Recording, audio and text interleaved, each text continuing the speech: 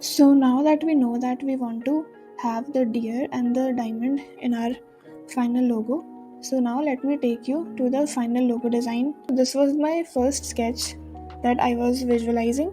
So you can see it is looking like a face of the deer with its two ears and a pretty face. And I have made this deer using very sharp geometric shapes and edges. Okay, you can see the corners and the edges are very sharp. Okay, so why I've done that is because you can see the ears and the all over structure and the face of the deer. It looks like that of a finely cut diamond or gemstone. A diamond is not in its shape naturally.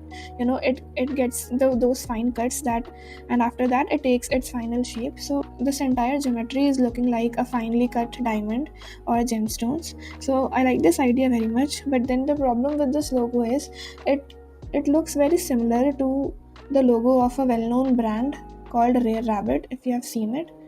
Okay, so you can see even they have used very sharp geometry in their logo. It's not same, but like it's kind of similar, so it can create controversy in the future. So I decided to take another perspective for the logo. Okay, and then I again went back to my sketching stage.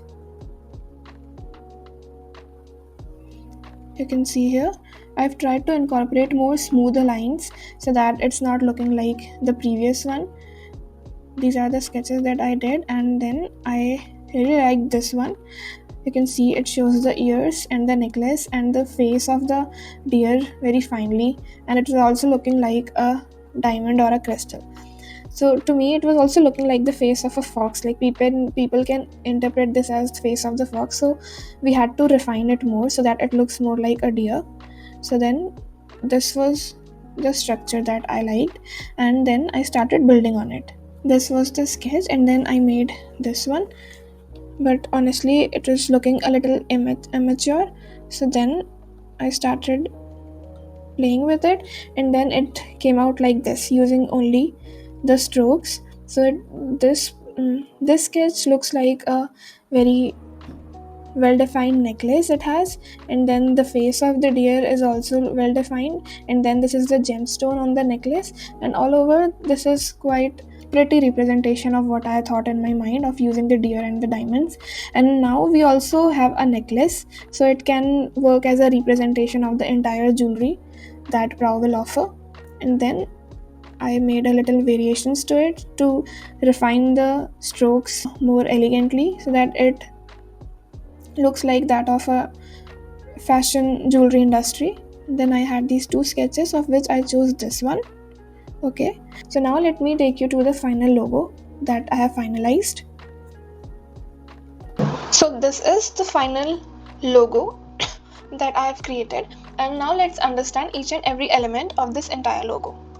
First, let us understand the logo mark meaning, what all it contains. So, I have incorporated musk deer, a necklace, and a gemstone or a diamond. Okay, so musk deer is there for symbolizing humans that are constantly chasing validation and beauty outside themselves. They are seeking it in the world. Okay, and then we have the necklace. So necklace is basically a common symbol or the representation of all the jewelry and adornments that PRAO is offering. So it works as a symbol for jewelry and adornments, and it symbolizes elegance and femininity also. Then is the diamond or the gemstone. Obviously I have taken it from the original logo itself because I wanted to incorporate that simple icon, that simple idea of a diamond into something that can tell more of a story that PRAO holds. I wanted to frame that diamond in such a way that it holds more conviction and it does storytelling in a better effective way. So the diamonds are symbolizing lab grown diamonds. So lab grown diamonds are a specialty of PRAO because they do not use any natural diamond, because that leads to extraction of the earth, and as a result it leads to pollution, different types of pollution, and that is a threat to our environment. So PRAO sticks to only lab grown diamonds and gemstones, and the diamonds also stand for purity, strength, and they are the basic representation of all the fashion and jewelry in the world. Then on simplification, this is the entire concept. Okay, how the entire logo is made. If we look If we take a deeper look, let me show you some subtle details that I have incorporated in the logo. So if you see the logo, the strokes of the logo, like these strokes, they are resembling the musketeer's face, and they are also representing the shape of a diamond. So on the top it is broader, and then coming down it is getting narrowed, so that is looking like a diamond. Okay, it represents the shape of the diamond as well. So we have incorporated both the major elements together. Now if you zoom in and see, the stroke width of the face of the deer or the diamond is not equal at all the points. Okay, so here it is thicker, and then on the corners I have made it thinner. If you zoom it out, you will see that it is shining differently from different surfaces. Okay, so from here, from the top, it is shining more brightly. That almost feels like that diamond is reflecting different amounts of light at different surfaces. So on the top and the very bottom of the logo, it is looking brighter and more shinier, whereas in the middle, where there are corners, it is looking a bit dim. It is looking brighter and more, like if you see the logo on billboards, like if we are looking it from a distance, it will almost look like that the logo is shining differently on different edges of the logo. So that's why I have added this subtle detail that makes it look like more of a diamond, and it is also shining differently at different angles. Okay, then this smooth curve, it is representing the horns of the musketeer, and also the necklace. Okay, so these are the two small details that I have incorporated. Then going to the logo type, this is the customized logo type.